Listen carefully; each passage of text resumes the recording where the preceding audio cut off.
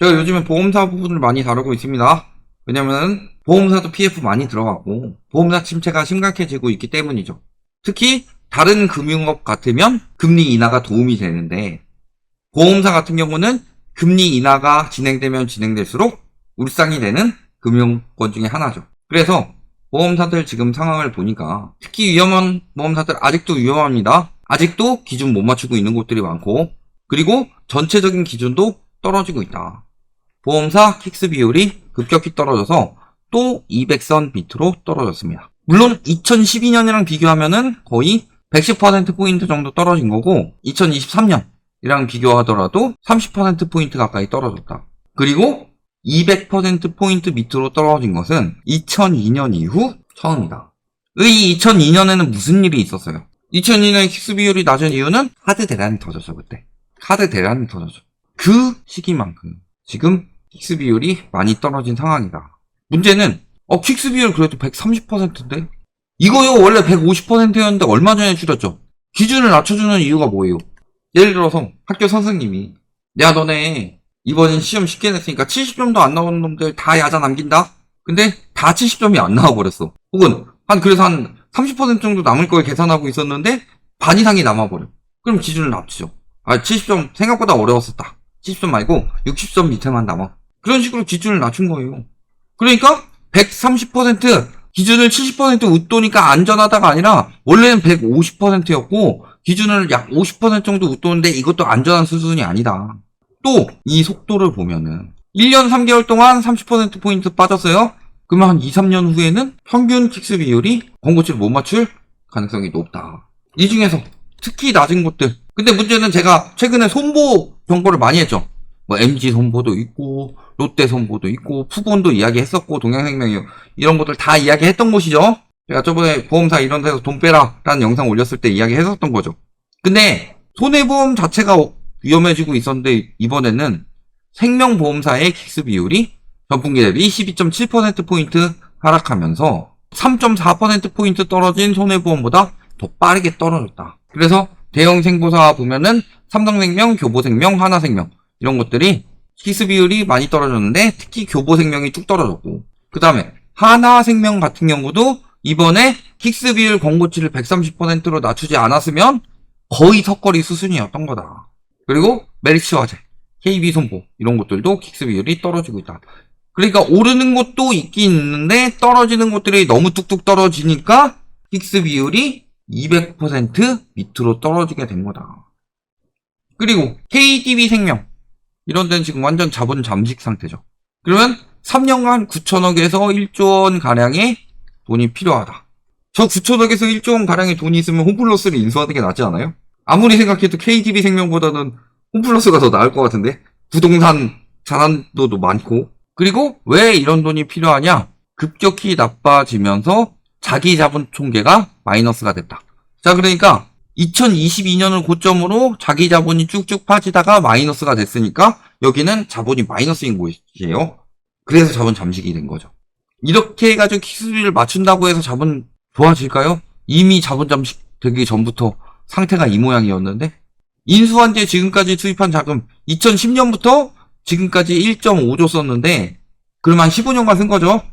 그런 거고 특히 보험 같은 경우는 굉장히 장기로 가입하죠. 근데 요즘에야 그런 것들이 강화가 됐는데 옛날에는요 지금 와서 보면 옛날 보험들이 진짜 좋은 것들이 많아요. 왜냐면 그 당시엔 고금리니까 연금보험 같은 경우도 고정형으로 해가지고 했으면 장난 아니겠죠.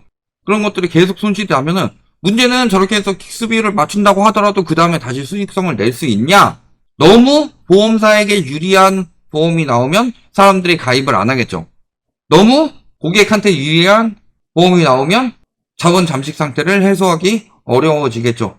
결국에는 외부 도움 받는 건데 산업은행 돈이 빠져나가고 있는 거예요. 이런 상황이고 또 문제는 이 상황에서 금리 인하가 더 된다는 거죠. 전문가 10인이 만장일치로 5월 금리 인하를 이야기를 했고 실제 5월에 금리 인하가 되죠. 저도 5월엔 금리 인하 될 것 같다 그랬고 그리고 연말 금리 수준을 보면은 2.25 넷, 2.0 5, 2.0에서 2.25가 하나. 그러니까 최소 한 두 번 정도는 더 내릴 것이다.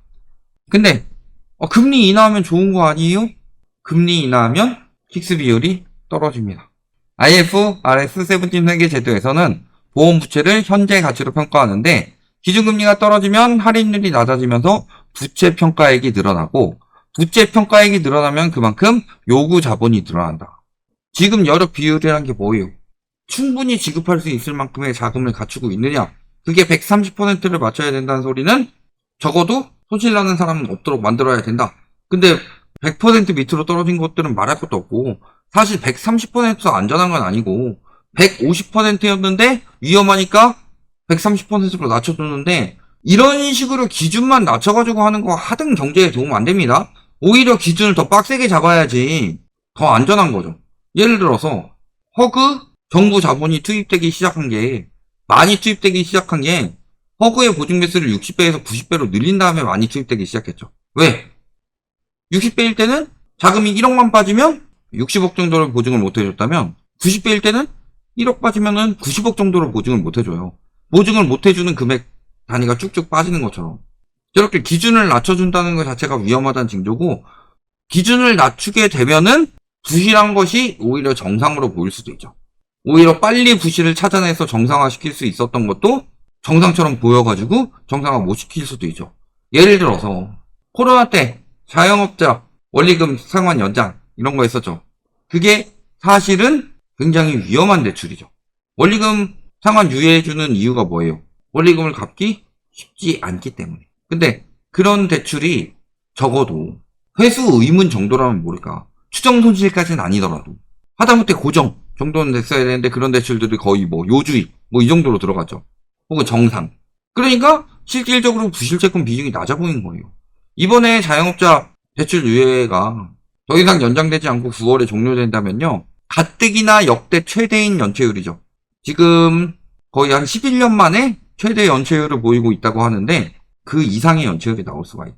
아직 위험한 것을 위험한 것으로 보여주지 않고 안전하다고 덮었기에. 근데 보험사 역시도 마찬가지다. 킥스 비율의 번고치의 기준을 낮췄다는 것은 보험사들이 전반적으로 위험을 겪고 있는 가운데 그 틈에 있는 거의 150에서 130% 정도 사이에 있는 곳들, 이런 곳들이 기준을 바꾸지 않으면 위험한 곳들이 굉장히 많이 나올 수밖에 없죠. 기준치 미달인 곳들이. 그러면 사람들이 보험사를 안전하게 생각하겠어요? 위험하게 생각하겠어요? 실질적으로 새마을금고도 뱅크런 터질 때보다 지금이 상황이 훨씬 더 안 좋습니다. 근데 그때는 뱅크런 내려고 그럴 때 지금은 상황이 훨씬 더 안 좋은데도 뱅크런 안 내죠. 그만큼 심리가 우리나라는 좀 미쳐있는 경향이 있어요. 최근에 그런 기사들도 나왔죠. 문재인 정부 때 심리만 잘 잡았어도 이거보다 절반은 덜 올랐을 거라고. 지금도 마찬가지예요. 오를 건덕지 거의 없어요.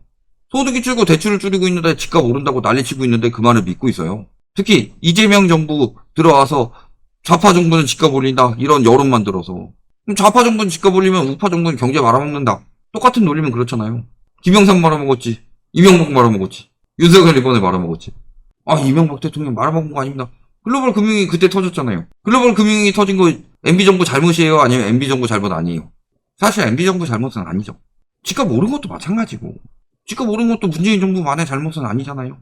말씀드렸지만 문재인 정부 때 집값이 올라간 가장 큰 이유는 전세자금 대출, MB정부 때부터 박근혜 정부 때까지 계속 풀었던 전세자금 대출, 그 다음에 전세보증보험도 문재인 정부에서 시작한 거 아니에요? 자꾸 이런 식으로 여론 만드는 것들이 있는데 그것도 다 이전 정부에서 시작했었죠. 그게 코로나 때 0%대까지 떨어진 제로금리 만나면서 폭등해가지고 문재인 정부 때 역대급으로 폭등한 거 아니에요.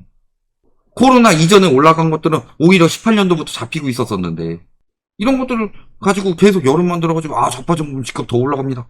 이런 미친 그런 것들만 남아있어요. 그런 거에 넘어가면 안 됩니다. 지금 심리만 미쳐있는 거예요. 근데 제가 지금 보험사도 이야기하고 있고 또 2금융권도 이야기하고 있고 다 지금 상태 안 좋아요. 1금융권 건전성마저 안 좋아지고 있는데, 그러니까 아까 봤을 때 기준치보다 상당히 상회를 하고 있다 내가 든 보험이, 이런 것들은 안전한 거예요 솔직히. 근데 예를 들어서 MG손보 말할 것도 없었고 롯데손보 또 KDB생명 뭐 이런 것들, 또 한 건데 푸본 이런데, 그런 데는 가입기간 오래돼가지고 만기 얼마 안 남았으면 버티더라도, 왜냐면 손실이 너무 크니까. 근데 가입한 지 얼마 안 됐다라고 하면 빨리 갈아타는 게 좋은 거죠. 이런 것들을 우리가 항상 생각을 하셔야 된다. 여기까지 말씀드리겠습니다.